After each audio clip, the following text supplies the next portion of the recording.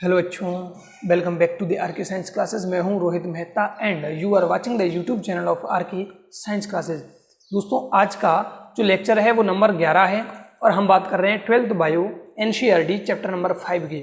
और आज हम इस लेक्चर में या इस वीडियो में उत्परिवर्तन यानी म्यूटेशन को स्टार्ट कर रहे हैं। म्यूटेशन क्या है, इसकी डेफिनेशन क्या है, इसकी क्या विशेषताएं, कितने प्रकार का होता है, सबसे पहले म्यूटेशन के बारे में किसने बताया, किसने इस पर एक्सपेरिमेंट किए, इस सब के बारे में आज की वीडियो में हम बात करने वाले हैं। तो चलिए सबसे पहले हम स्टार्ट करते हैं कि उत्परिवर्तन क्या है। देखिए, उत्परिवर्तन अचानक होने वाले ऐसे परिवर्तन है, ध्यान से सुनना परिभाषा को। उत्परिवर्तन जो है वो हमारे डीएनए में या हमारी आनुवंशिक सूचना में या संरचना में, जीन में, डीएनए में, आनुवंशिक सूचना या संरचना में अचानक होने वाले ऐसे परिवर्तन है जो वंशागत होते हैं। कैसे परिवर्तन है जो वंशागत होते हैं, यानी कि एक पीढ़ी से दूसरी पीढ़ी में जाते हैं। तो क्या लिखेंगे अपन सबसे पहले परिभाषा उत्परिवर्तन या म्यूटेशन की। उत्परिवर्तन को म्यूटेशन कहा जाता है और ये म्यूटेशन देखिए उत्परिवर्तन 10th में भी है और 12th में भी है। तो ध्यान से देखना है इस लेक्चर को कि जीवों के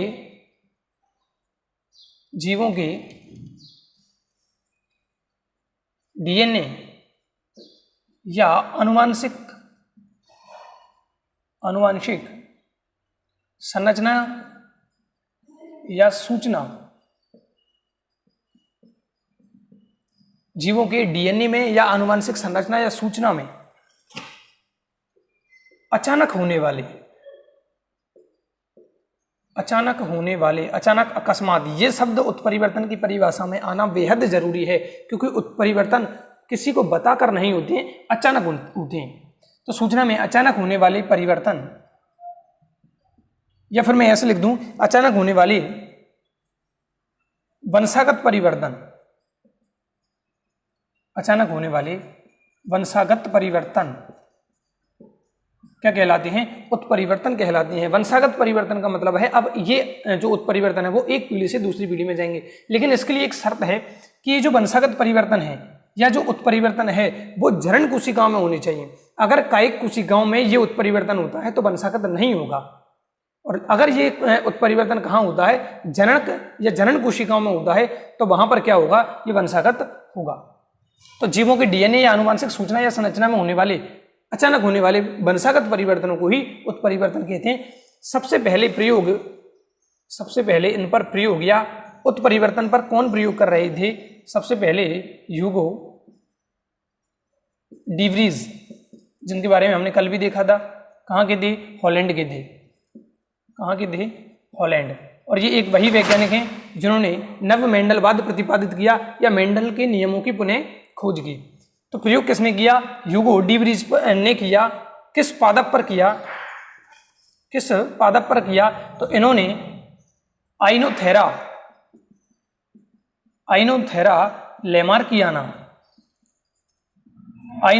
लेमार्कियाना नामक पादप पर, ये वानस्पतिक नाम है, इन्होंने आइनोथेरा लेमार्कियाना पादप जो है उस पर किसके प्रयोग किए? उत्परिवर्तन के प्रयोग किए। या फिर इसी को क्या कहा जाता है? इसी को इवनिंग प्रिमरोज भी कहा जाता है। इसी पादप को इवनिंग प्रिमरोज कहा जाता है। इवनिंग प्रिमरोज, ये इसका वानस्पतिक नाम है। अब यहां पर देखिए बच्चे कहां कंफ्यूज होते हैं।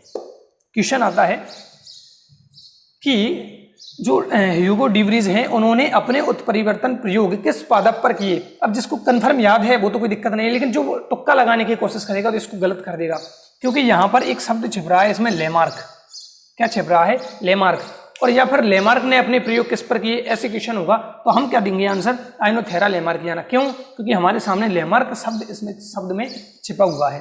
तो ये ध्यान रखना है कि आइनोथेरा लेमार्कियाना पादप पर लेमार्क ने नहीं किया प्रयोग, किसने किया? ह्यूगो डिवरीज ने। लेमार्क नाम इसमें छिपा हुआ है। अपन भी यही सोचते हैं कि लेमार्क ने इस पौधे पर प्रयोग किया होगा। ये नीट में, RPSC second grade, first grade सब में लगभग क्वेश्चन पूछा गया है कि लेमार्कियाना पौधे पर किस वैज्ञानिक ने अपने प्रयोग किए थे। तो आंसर क्या होगा? ह्यूगो डिवरीज। कहाँ के थे? हॉलैंड के थे। और कब ये एक्सपेरिमेंट किया था? इन्होंने क्या देखा कि जो इवनिंग प्रिमरोज या आइनोथेरा लेमार्कियाना के पादप हैं वो कुछ जैसे कहीं गार्डन में लगे हुए हैं, तो इन्होंने देखा कि कुछ पौधे अचानक से चेंज हो गए, उनके फूल चेंज हो गए, उनका आकार, उनकी संरचना सब कुछ चेंज हो गया। तो वहां से इनकी इच्छा हुई कि ऐसा हुआ क्यों, तो फिर इन्होंने खोज कर दी किसकी, उत्परिवर्तन की या म्यूटेशन की। तो प्रयोग किस पर किए, किसने किए? ह्यूगो डिवरीज ने किए, हॉलैंड के थे, 1901 में किए। पादप कौन सा था? आइनोथेरा लेमार्कियाना था और इसी को कहते हैं इवनिंग प्रिमरोज। अब हम बात करते हैं किसकी, इनकी एक पुस्तक भी थी, किसकी? ह्यूगो डिवरीज की एक पुस्तक भी थी, the mutation theory. The mutation theory नामक पुस्तक किस वैज्ञानिक की है? तो ये पुस्तक है ह्यूगो डिवरीज, जो हॉलैंड के हैं। ह्यूगो डिवरीज ने कौन सी पुस्तक लिखी? The mutation theory. और म्यूटेशन का मतलब है उत्परिवर्तन और थ्योरी का मतलब सिद्धांत। तो इनकी पुस्तक का नाम होगा उत्परिवर्तन सिद्धांत। उत्परिवर्तन सिद्धांत। अब देखिए, उत्परिवर्तन की हम विशेषताओं की बात करते हैं। ये तो परिभाषा खोज वगैरह हो गई, अब विशेषताओं की बात करते हैं हम। तो देखिए, सबसे पहले तो कि उत्परिवर्तन पूर्णतः अनिश्चित होते हैं, कभी भी कहीं भी किसी में भी हो सकता है। तो उत्परिवर्तन पूर्णतः अनिश्चित होते हैं, इनका हम पूर्वानुमान नहीं लगा सकते हैं, पूर्वानुमान नहीं लगा सकते। अचानक किसी भी, देखो जैसे मैंने कहा, जब ये ह्यूगो डिवरीज नामक वैज्ञानिक जब देख रहे थे तो इनको सामने दिखा कि अचानक कुछ पौधे इवनिंग प्रिमरोज के चेंज हो गए थे, तो हम इनका पूर्वानुमान नहीं लगा सकते हैं, ये पूर्णतः अनिश्चित होते हैं, पूर्णतः अनिश्चित होते हैं। दूसरे में हम बात करें कि उत्परिवर्तन जो होते हैं वो किसी किसी पौधे में अच्छे यानी कि लाभदायक हो सकते हैं और किसी किसी पौधे में क्या हो सकते हैं? हानिकारक हो सकते हैं। तो उत्परिवर्तन लाभदायक या हानिकारक हो सकते हैं। उत्परिवर्तन से फायदा भी हो सकता है और नुकसान भी हो सकता है। तो उत्परिवर्तन से क्या हो सकता है? फायदा भी और नुकसान भी, कुछ भी हो सकता है।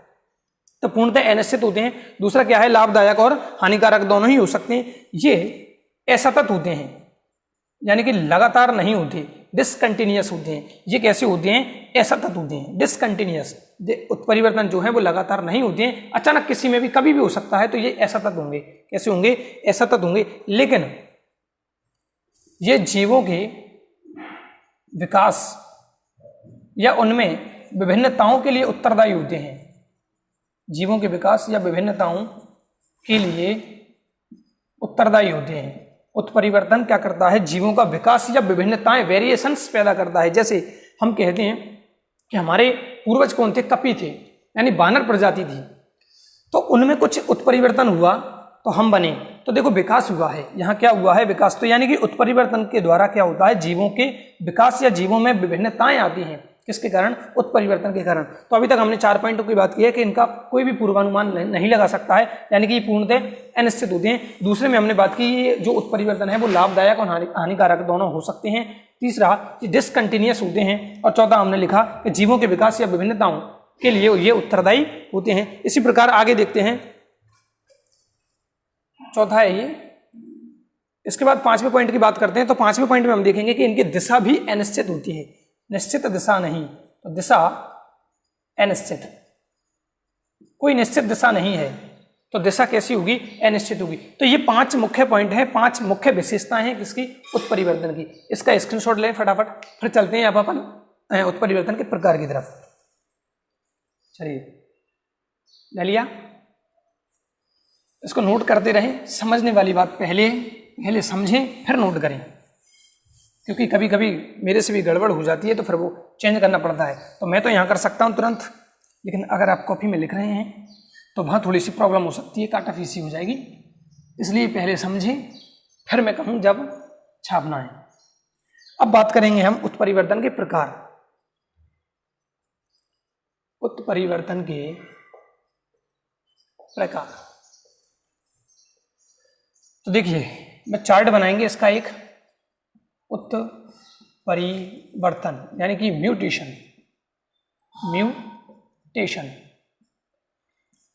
उत्परिवर्तन 2 प्रकार का होता है।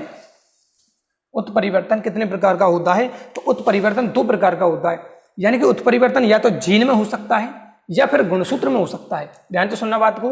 एक तो हो सकता है जीन में उत्परिवर्तन, तो इसको कहेंगे जीन उत्परिवर्तन, और दूसरा हो सकता है गुणसूत्र उत्परिवर्तन या गुणसूत्रीय, क्रोमोसोमल गुणसूत्रीय उत्परिवर्तन। अब ये क्या है, जीन उत्परिवर्तन और गुणसूत्रीय उत्परिवर्तन। सर हम कहते हैं कि जीन कहाँ स्थित होते हैं, गुणसूत्र पर। तो देखिए एक बार ये मान लो या ऐसे बना दें, गुणसूत्र क्या है, ये हमारा कोई गुणसूत्र है, क्या है, ये हमारा गुणसूत्र है। इसको सेंट्रोमियर कहते हैं, इसको सेंट्रोमियर कहते हैं, जहां पर दोनों अर्ध गुणसूत्र जुड़े हुए होते हैं। इस पार्ट को क्या कहते हैं, इसको सेंट्रोमियर कहते हैं। और इसके दूर वाले भाग को टीलोमियर कहते हैं। इस भाग को क्या कहते हैं, टीलोमियर। इसको क्या कहते हैं, टीलोमियर कहते हैं। अब देखिए जीन उत्परिवर्तन यानी कि इस गुणसूत्र पर कहीं कहीं क्या स्थित होंगे, जीन स्थित होते हैं। जैसे मान लो यहां पर कोई जीन स्थित हो, यहां पर कोई जीन बैठा हो, यहां पर कोई जीन बैठा हो, तो अगर यहां इस संरचना में अगर कोई परिवर्तन हो रहा है, केवल इस संरचना में, तो इसको कहेंगे हम जीन उत्परिवर्तन। और अगर इसके अतिरिक्त कहीं भी, इसमें भी अगर हो रहा है, यहां पर भी हो रहा है, कहीं भी हो रहा है, पूरे गुणसूत्र पर चेंज हो रहा है, तो इसको कहेंगे गुणसूत्रीय उत्परिवर्तन। तो हालांकि चीजें दोनों यही हैं, लेकिन अगर केवल जीन की बात करें तो चेंज केवल यहां होना चाहिए, तो इसको कहेंगे जीन उत्परिवर्तन। और अगर कहीं भी इसके अलावा भी हो रहा है तो उसको कहेंगे गुणसूत्रीय क्रोमोसोमल म्यूटेशन, गुणसूत्रीय उत्परिवर्तन। तो अब आगे चलते हैं हम। अब देखिए जीन उत्परिवर्तन कितने प्रकार का हो सकता है। तो जीन उत्परिवर्तन देखिए वैसे तो एनसीईआरटी में 3-4 प्रकार दिए, लेकिन मैं 6 प्रकार बता रहा हूं, क्योंकि कहीं ना कहीं वो प्रकारों में ही गिना जाएगा। जीन उत्परिवर्तन या जीन म्यूटेशन इसको कहेंगे, जीन म्यूटेशन कितने प्रकार का है। तो सबसे पहले देखिए परिभाषा मैंने बताई दी है कि जीनों में होने वाले उत्परिवर्तन को, हालांकि डिटेल में लेंगे अपन बाद में, लेकिन एक बार फ्लो चार्ट देख लेते हैं। तो हमने क्या देखा परिभाषा कि जीनों में होने वाले उत्परिवर्तन को जीन उत्परिवर्तन कहते हैं। ये कितने प्रकार के होते हैं, तो सबसे पहले हम ले रहे हैं इसमें संक्रमण। सबके नाम लिख देता हूं मैं एक बार, डिटेल तो हमें देखनी है। संक्रमण, इसे ट्रांजिशन भी कहते हैं, संक्रमण को ट्रांजिशन कहते हैं। दूसरा है हमारे पास अनुपथन। संक्रमण पहला, ट्रांजिशन कहते हैं। अनुपतन या इसको अनुप्रस्थता भी कहते हैं, और इसको कहते हैं ट्रांसवर्जन। ट्रांसवर्जन क्या कहते हैं, इसको ट्रांसवर्जन, इसको ट्रांसवर्जन कहा जाता है। अब देखो संक्रमण अनुपतन डिटेल आगे देखनी है। संक्रमण और अनुपतन में क्या होता है, एक यहां पर न्यूक्लियोटाइड चेंज होता है, तो इन दोनों को हम प्रतिस्थापन भी कह सकते हैं, जो हमारी एनसीईआरटी में नाम दिया गया है प्रतिस्थापन। ये कहाँ नाम दिया है, एनसीईआरटी में, यानी कि इनको दोनों में को अलग नहीं लिखा एनसीईआरटी में, इनको एक ही लिखा है प्रतिस्थापन। तो ये भी ध्यान रखना है कि प्रतिस्थापन क्या है, इसमें प्रतिस्थापन में दोनों ही आते हैं। प्रतिस्थापन का मतलब होता है एक्सचेंज करना, यानी कि प्यूरिन प्यूरिन से और प्यूरिन प्रीमिडिन से, दोनों प्रकार से चेंज हो सकता है। तो दोनों प्रकारों की हम डिटेल में जब बात करेंगे तो समझाऊंगा दोनों क्या हैं। इसके बाद हम तीसरे पॉइंट में बात करते हैं फ्रेमशिफ्ट उत्परिवर्तन। फ्रेमशिफ्ट उत्परिवर्तन, इसमें भी 2 प्रकार चलेंगे, एक तो विलोपन यानी कि डिलीट हो जाए कोई, और दूसरा इसमें चलेगा निवेशन, यानी किसी न्यूक्लियोटाइड का या तो ऐड हो जाए या यहां पर से डिलीट हो जाए। पहले विलोपन है तो यहाँ पर डिलीट होगा, एक न्यूक्लियोटाइड हट जाएगा और यहाँ पर एक न्यूक्लियोटाइड जुड़ जाएगा, तो इसको कहेंगे फ्रेमशिफ्ट उत्परिवर्तन। हालांकि इसको डिटेल में इस चैप्टर में नहीं लेना है, अगले जो चैप्टर है 6 उसमें ये डिटेल में है, तो वहां देखेंगे इसको। इसके बाद एपार्यक, पहले नाम बता देते हैं सबकी। एपार्यक को अंग्रेजी में मिससेंस कहा जाता है। मिससेंस, कोई सेंस नहीं है इसका, सेंस से चेंज हो गया हो, मिससेंस। इसके बाद 5वां जो टाइप है वो है निरर्थक, इसको कहते हैं नॉनसेंस। नॉनसेंस, इसको क्या कहा जाता है, नॉनसेंस, यानी इसका कोई मतलब नहीं है, बिना मतलब वाला। और छठा आता है नीरव। छठा क्या है, नीरव। इसको क्या कहा जाता है, इसको साइलेंट कहा जाता है, साइलेंट। तो ये मैंने सबसे पहले तो नाम लिखे हैं कि इसके जीन उत्परिवर्तन के, कि ये संक्रमण हो सकता है, अनुपतन हो सकता है, और दोनों को मिलाकर हम कह सकते हैं क्या, प्रतिस्थापन। तीसरा जो टाइप है वो है फ्रेमशिफ्ट, यानी कि इसमें क्या होती है, फ्रेम का शिफ्ट हो जाता है। तो अभी बताएंगे फ्रेम क्या है, शिफ्ट कैसे हो रही है, कितने प्रकार से हो सकती है शिफ्ट। तो ये 2 प्रकार की होगी, विलोपन और निवेशन। एपार्यक मिससेंस, अपने सेंस से मिस हो गया, और निरर्थक, इसका कोई सेंस ना रहा, थोड़ा सा अंतर है दोनों में। और नीरव, साइलेंट, इसमें जब परिवर्तन होता है तो यहाँ पर क्या होता है, किसी भी प्रकार का फिनोटाइप प्रकट नहीं होता है। तो ये तो 6 प्रकार है किसके, जीन उत्परिवर्तन के। अब हम चलते हैं गुणसूत्रीय उत्परिवर्तन की तरफ। तो गुणसूत्रीय उत्परिवर्तन को फिर से दो भागों में बांटा गया है, फिर से दो भागों में बांटा गया है। किसको? गुणसूत्रीय उत्परिवर्तन को बांटा गया है। अब गुणसूत्र में उत्परिवर्तन दो प्रकार से हो सकता है। तो गुणसूत्रीय उत्परिवर्तन किसे कहेंगे? पहले तो कि गुणसूत्र में होने वाले परिवर्तन को। अब गुणसूत्र में कैसे कैसे परिवर्तन हो सकता है? एक तो हो सकता है संख्यात्मक उत्परिवर्तन। कौन सा उत्परिवर्तन? संख्यात्मक, यानी कि गुणसूत्रों की संख्या में चेंज हो जाए, गुणसूत्रों की संख्या ही चेंज हो जाए तो इसको कहेंगे संख्यात्मक उत्परिवर्तन। और दूसरा है हमारे पास गुणसूत्रों की अगर संरचना में चेंज हो जाए तो दूसरा क्या कहलाएगा? संरचनात्मक उत्परिवर्तन। संरचनात्मक उत्परिवर्तन। तो गुणसूत्रीय उत्परिवर्तन दो प्रकार का होता है, संख्यात्मक और संरचनात्मक। यानी कि गुणसूत्रों की संख्या में भी चेंज आ सकता है और गुणसूत्रों की संरचना में भी चेंज आ सकता है। अब देखिए आगे चलते हैं कि संख्या में चेंज कितने प्रकार से हो सकता है। तो संख्या में दो प्रकार से चेंज हो सकता है। संख्यात्मक परिवर्तन की बात कर रहे हैं। संख्यात्मक परिवर्तन दो प्रकार से हो सकता है। कैसे कैसे परिवर्तन हो सकता है? देखिए, अब यहां पर जगह थोड़ी सी कम पड़ेगी तो इसको हटा सकता हूं क्या? चलो कोई नहीं, जितना होता है उतना देख लेते हैं। संख्यात्मक उत्परिवर्तन वो है, दो प्रकार से हो सकता है। एक तो होता है सुगुणिता, यानी कि संख्या चेंज कर रहे हैं हम, सुगुणिता, सुनीता नहीं भाई, सुगुणिता। और दूसरा है असुगुणिता, असुगुणिता। दो प्रकार से चेंज हो सकता है, सुगुणिता, असुगुणिता। अब ये क्या है? देखिए, इनमें संख्या चेंज हो रही है। पहली बात तो ये याद रखना है कि गुणसूत्रों की अगर संख्या में चेंज हो रहा है तो इनको क्या कहेंगे? संख्यात्मक उत्परिवर्तन। अब संख्या में सुगुणिता, इसका मतलब है यहां पर पूरे गुणसूत्र डबल, ट्रिपल, 4 गुने, 5 गुने ऐसे चलते रहेंगे, तो इसको कहेंगे सुगुणिता। और असुगुणिता में क्या होगा? गुणसूत्र की संख्या 2n तो होगी, उसके अलावा एक कम हो सकता है, एक ज्यादा हो सकता है। ध्यान से सुनना मैं क्या कह रहा हूं। सुगुणिता वाली कंडीशन में तो n, 2n, 3n, 4n, 5n ऐसी कंडीशन चलती रहेंगी। मतलब गुणसूत्र अगर n का मतलब जैसे मानव की बात करें तो n कितना होता है? 23 होता है। तो यानी कि अगर मानव में ही ऐसे मानव विकसित हो जाएं n, 2n, 3n, 4n, 5n, तो क्या होगा? n मतलब 23 गुणसूत्र होंगे, 2n मतलब 46 गुणसूत्र होंगे। अब 3n का मतलब क्या होगा? 3 गुना कर दो इसको, तो जैसे ही इसको 3 गुना करेंगे तो हमारे पास आ जाएगा कितना? 69। तो इस प्रकार से क्या हो रहा है? गुणसूत्रों की संख्या डबल, ट्रिपल, 4 गुनी, 5 गुनी ऐसे चल रही है, तो इसको कहेंगे सुगुणिता। मतलब खुद के गुणसूत्र डबल होना, ट्रिपल होना, ये कहलाएगा सुगुणिता। लेकिन असुगुणिता क्या है? असुगुणिता का मतलब है यहां पर जैसे 2n-1 यानी कि 46 में से एक गुणसूत्र कम हो जाए तो यहां पर कितने बचेंगे? 45। या फिर 2n+1 भी हो सकता है, ये भी अभी टाइप बांटेंगे इसको भी। तो यहां पर 46 + 1 कितने हो जाएंगे? 47।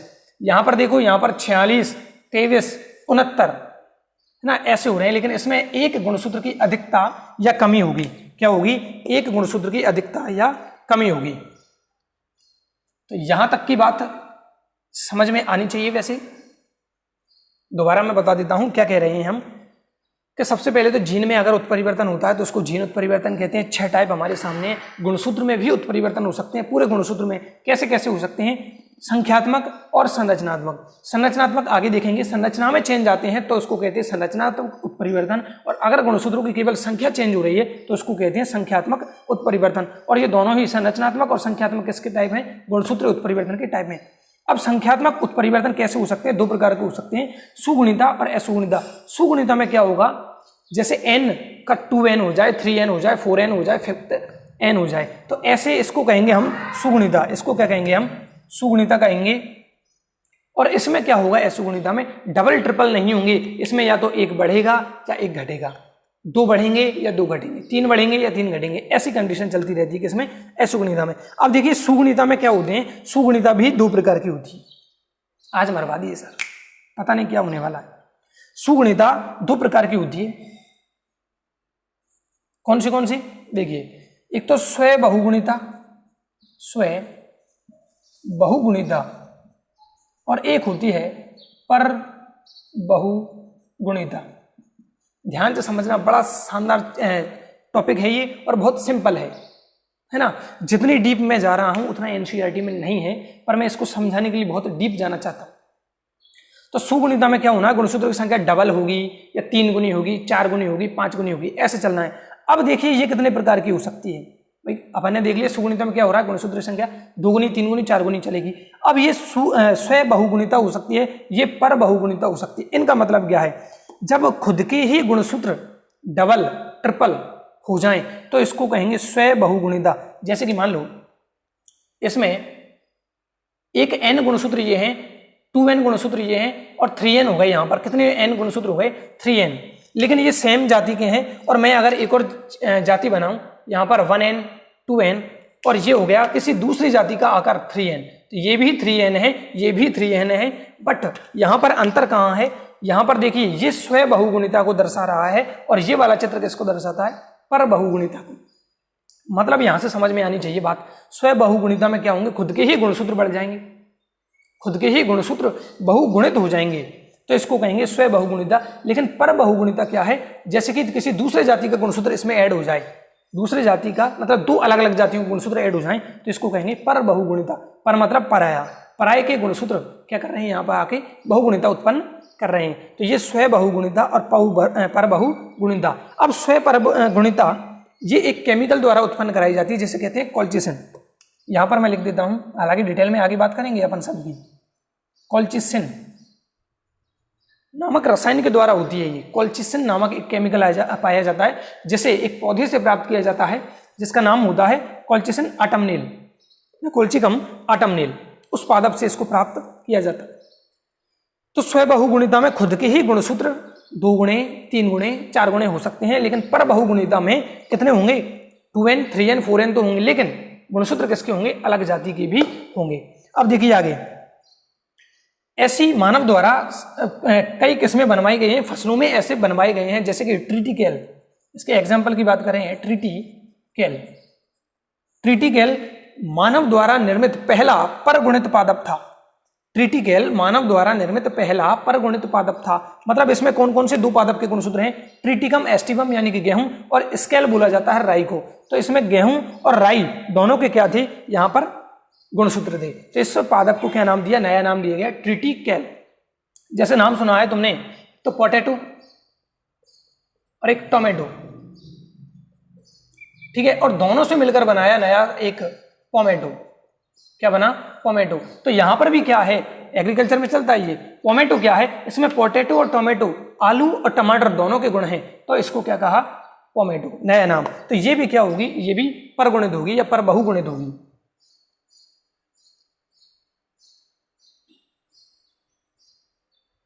तो सबसे पहले तो क्या, कि संख्यात्मक उत्परिवर्तन की अगर बात करें तो संख्यात्मक उत्परिवर्तन 2 प्रकार का होता है, सुगुणिता और असुगुणिता। सुगुणिता में क्या होंगे, गुणसूत्रों की संख्या डबल ट्रिपल होती चली जाएगी, और ये 2 प्रकार का हो सकता है। स्व बहुगुणिता, अगर खुद के ही गुणसूत्र डबल ट्रिपल हो जाएं तो इसको कहेंगे स्व बहुगुणिता। और पर बहुगुणिता का मतलब है दूसरी किस्मों के या दूसरी प्रजाति के भी इसमें गुणसूत्र आ जाएं। अब बात करते हैं हम इसकी असुगुणिता की। तो असुगुणिता में क्या होने वाला है, असुगुणिता भाई 2 प्रकार की होगी ये भी। एक तो होती है अधोगुणिता और एक होती है अधिगुणिता। एक होती है अधोगुणिता और एक होती है अधिगुणिता। अब दोनों में अंतर समझे। अधो मतलब होता है नीचे या कम, और अधि का मतलब होता है ज्यादा। तो इन दोनों में क्या होने वाला है, एक में तो गुणसूत्र की संख्या कम होने वाली है और दूसरे में गुणसूत्र की संख्या अधिक होने वाली है। तो देखिए अधोगुणिता का मतलब क्या होगा, अधो मतलब नीचे, तो इसमें गुणसूत्रों की संख्या कम होने वाली है। जैसे कि मैं सबसे पहले बात करूं 2n-1, 2n-1। दूसरे की बात करूं तो 2n-2। ऐसे गुणसूत्र क्या हो जाएंगे, कम हो जाएंगे। अब 2n क्या है, 2n जैसे हमारी कोशिका की बात करें, हमारी प्रत्येक कोशिका में 46 गुणसूत्र हैं, तो यहाँ पर -1 मतलब यहाँ पर 45 गुणसूत्र हो जाएंगे। या फिर 2n-2 की बात करूं तो यहाँ पर 46 - 2 बराबर 44 गुणसूत्र हो जाएंगे। तो इसको कहेंगे अधोगुणिता, ठीक है। अब देखो एक गुणसूत्र कम हो रहा है तो इसको कहेंगे एक न्यून सूत्रदा। क्या कहेंगे, एक न्यून, यहां दिखाई दे रहा है, एक न्यून सूत्रदा। और इसी प्रकार 2 गुणसूत्र कम हो जाए तो इसको कहेंगे 2 न्यून सूत्रदा। इसी प्रकार से अधिगुणिता में क्या होगा, यहां पर होगा 2n+1 2n+2। यहां पर क्या हो रहा है, गुणसूत्रों की संख्या 2n+1 यानी कि 46 और 1 47 हो गए, और यहाँ पर 2n + 2 में क्या हो जाएगा 48 गुणसूत्र हो जाएंगे। तो यहाँ अंतर आ गई होगी समझ में क्या है, तो इसको कहेंगे अधिगुणिता, मतलब गुणसूत्रों की संख्या अधिक हो जाना। लेकिन डबल या ट्रिपल नहीं होना, डबल और ट्रिपल किस में होंगे सुगुणिता में, और 1 या 2 बढ़ेंगे या घटेंगे असुगुणिता में। अब असुगुणिता दो प्रकार की है, अगर बढ़े तो अधिगुणिता और अगर घटे तो अधोगुणिता। अधि मतलब ज्यादा होना, अधो मतलब कम होना। यहां तक की बात समझ में आ जानी चाहिए। इसके बाद हम आगे बढ़ते हैं, इसका स्क्रीनशॉट ले लें, इसको मिटा दूं, 1 मिनट रुकना स्क्रीनशॉट के लिए।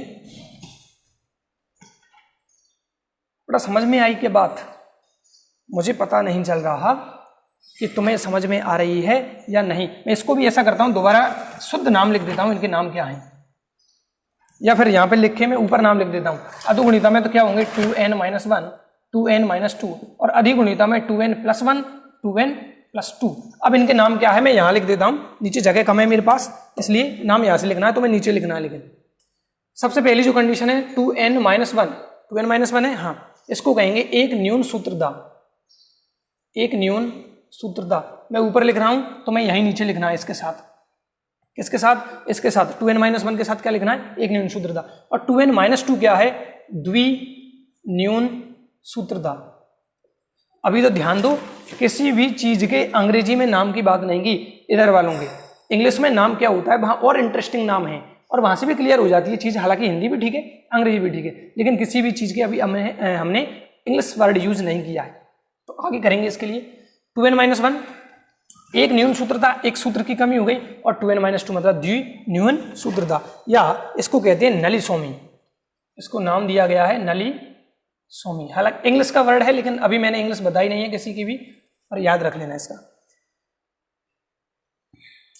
इसी प्रकार 2n + 1 का नाम मैं कहां लिखूं, यही लिख देते हैं।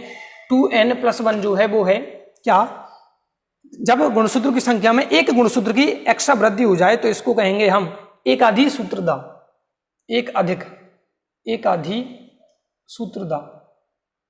यानी कि एक गुणसूत्र के कितने हो गए 3 हो गए, हालांकि इंग्लिश नाम छोड़ो अभी। 2n + 2 द्वि अधि सूत्रदा, द्वि अधि सूत्रदा। तो इन नामों को तुम्हें कहां लिखना है, इसी के साथ लिखना है। लिख लें, स्क्रीनशॉट ले लें फटाफट। चलिए हो गया होगा। तो बेटा ये तो चार्ट बना लेना है कंप्लीट। हालांकि मैं टुकड़ों में भी इस चार्ट को बनवाऊंगा जब हम पढ़ते चलेंगे। तो यहाँ पर क्या है कचरा हो गया थोड़ा सा, तो मैं पहले इसको पढ़ाने के बाद इसका अलग से फिर चार्ट बनवा दूंगा ताकि क्लियर आ जाए इस चीज समझ में। एक बार दोबारा रिवीजन करवा देना चाहता हूं मैं, क्या हो रहा है बच्चों को समझ में आना चाहिए हो क्या रहा है इसमें। देखिए उत्परिवर्तन 2 प्रकार का होता है। सबसे पहले अगर उत्परिवर्तन जीन में होता है, जीन की संरचना में होता है, केवल प्रॉपर एक जीन में होता है, तो इसको कहेंगे हम जीन उत्परिवर्तन, जीन म्यूटेशन। और अगर पूरे गुणसूत्र में चेंज आ रहा है, यानी कि जीन की संख्या में चेंज आ रहा है, जीन जुड़ भी रहे हैं घट भी रहे हैं, लेकिन किस पर, गुणसूत्र पर, तो इसको कहेंगे गुणसूत्रीय उत्परिवर्तन। जीन उत्परिवर्तन में कोई दिक्कत नहीं है, यह 6 प्रकार का हो सकता है। संक्रमण, अनुपथन, फ्रेमशिफ्ट, अपार्यक, निरर्थक, नीरव। फिलहाल केवल नाम याद कर लें, डिटेल इस वीडियो में तो नहीं आएगी क्योंकि ऑलरेडी आधे घंटे का वीडियो हो चुका है ना, तो इसमें डिटेल नहीं पढ़ेंगे, इसमें केवल समझना। अगली वीडियो में यहीं से स्टार्ट करेंगे हम जीन उत्परिवर्तन से। और गुणसूत्रीय उत्परिवर्तन भी 2 प्रकार का होता है, संख्यात्मक और संरचनात्मक। अगर गुणसूत्रों की संख्या में चेंज आता है तो इसको संख्यात्मक कहेंगे, और अगर गुणसूत्रों की संरचना में चेंज आता है तो इसको संरचनात्मक उत्परिवर्तन कहेंगे। अब संख्या में परिवर्तन कैसे आ सकता है, या तो वो डबल ट्रिपल हो सकते हैं, 2 गुने 3 गुने 4 गुने, या फिर 1 या 2 गुणसूत्र बढ़ सकते हैं। अगर क्या हो रहा है 2 प्रकार से हो सकता है संख्या में चेंज। अगर डबल या ट्रिपल या 4 गुने 5 गुने चल रहे हैं तो इसको कहेंगे सुगुणिता, और अगर 1 या 2 घट रहे हैं या बढ़ रहे हैं तो इसको कहेंगे असुगुणिता। सुगुणिता 2 प्रकार की, अगर खुद ही जैसे कि हम एक जीव की बात करें उसी के गुणसूत्र बढ़ जाएं तो इसको कहेंगे स्व बहुगुणिता, और अगर दूसरी जाति की भी इसमें ऐड कर दिए जाएं तो इसको कहेंगे पर बहुगुणिता। इन दोनों का यूज हालांकि पादपों पर ज्यादा किया जाता है। किस पर, पादपों पर। कॉल्चिसन क्या है, इस पर क्वेश्चन पूछा जाता है, कॉल्चिसन पर क्वेश्चन पूछा जाता है, इसको डिटेल में लेना पड़ेगा हमें। और असुगुणिता में क्या है, या तो गुणसूत्र की संख्या 1 या 2 कम होगी, और अधिगुणिता में क्या होगा, 1 गुणसूत्र या 2 गुणसूत्र की संख्या ज्यादा होगी। तो असुगुणिता में गुणसूत्र एक या दो कम हो सकते हैं और ज्यादा हो सकते हैं। अगर कम होंगे तो अधुगुणिता और अगर ज्यादा होंगे तो अधिगुणिता। अब ये एक ज्यादा हो या एक कम हो उसके आधार पर देखिए, अगर एक कम हुआ तो एक न्यून की सूत्रता हो गई, एक न्यून मतलब कम हो गया सूत्र, तो इसको कहेंगे एक न्यून सूत्रता। 2n-2 दूसरी वाली कंडीशन, इसको कहेंगे दो न्यून सूत्रता, द्विन्यून सूत्रता या नलिसोमी। 2n+1 एक अधिक हो गया तो एक अधि सूत्रता या एकाधि सूत्रता, और दूसरे को कहेंगे द्विअधि सूत्रता, टेट्रासोमी। इसको कहते हैं ट्राइसोमी, इसको कहते हैं टेट्रासोमी, इसको नलिसोमी, इसको मोनोसोमी। मोनोसोमी, नलिसोमी, ट्राइसोमी, टेट्रासोमी अंग्रेजी शब्द। तो यहाँ पर केवल इतना सा ही आज, मतलब कुछ ज़्यादा लिया नहीं है, लंबा खींचा नहीं है, केवल उत्परिवर्तन क्या है, किसे कहते हैं, उत्परिवर्तन पर किसने एक्सपेरिमेंट किए, कब किए, उत्परिवर्तन की क्या विशेषता है, उत्परिवर्तन कितने प्रकार का है, इतनी सी बात की है। इसमें ही आधा घंटा हो गया है, तो आज के लिए इतना ही केवल। और एक बात मैं कहना चाहूँगा यहाँ पर क्या, कि हमारे गाँव में, हमारे एरिया के जो आसपास के गाँव हैं उनमें कोरोना बहुत ज़्यादा फैल रहा है। गाँव में कोरोना बहुत ज़्यादा फैल रहा है, उसके पीछे एक रीज़न है, क्योंकि गाँव वाले लोग थोड़ा सा सीरियस लेते नहीं हैं, और दूसरी बात गांव वाले लोग मिलना जुलना कम करते नहीं। तो ये दो बड़े सबसे रीज़न हैं, तो सबसे बड़े रीज़न हैं जिनके कारण गांव में कोरोना बहुत ज़्यादा फैल रहा है। तो बेटा ध्यान रखें अपना, अपने जो बुजुर्ग हैं उनको घर से बाहर जाने से रोकें और बच्चों को भी घर से बाहर जाने से रोकें, क्योंकि हम घर पे रहेंगे तभी ये कोरोना को भगा सकते हैं, हटा सकते हैं। नहीं तो हमारे आसपास भी बहुत सारे लोग बीमार हैं, मेरे घर के आसपास भी लोग बहुत सारे बीमार हैं, लेकिन हम में से जो घर में 5-6 जने हैं, एक भी व्यक्ति घर से बाहर नहीं जाता है, बिल्कुल नहीं जाता है, बिल्कुल नहीं जाते हैं बिल्कुल। जैसे अभी मेरे बाल आज कटे हुए लगते हैं, मैंने खुद ने कटिंग कर ली, मेरी खुद की कटिंग कर ली ना, क्योंकि बाहर जाना नहीं है तो क्या करें, बाल भी बड़े हो गए तो खुद करना पड़ेगा। सब कुछ कर लो लेकिन घर से बिल्कुल बाहर नहीं जाओ। इसी उम्मीद और आशा के साथ मैं आज लेता हूँ विदा, तब तक के लिए जय हिंद, जय भारत, जय श्री राम।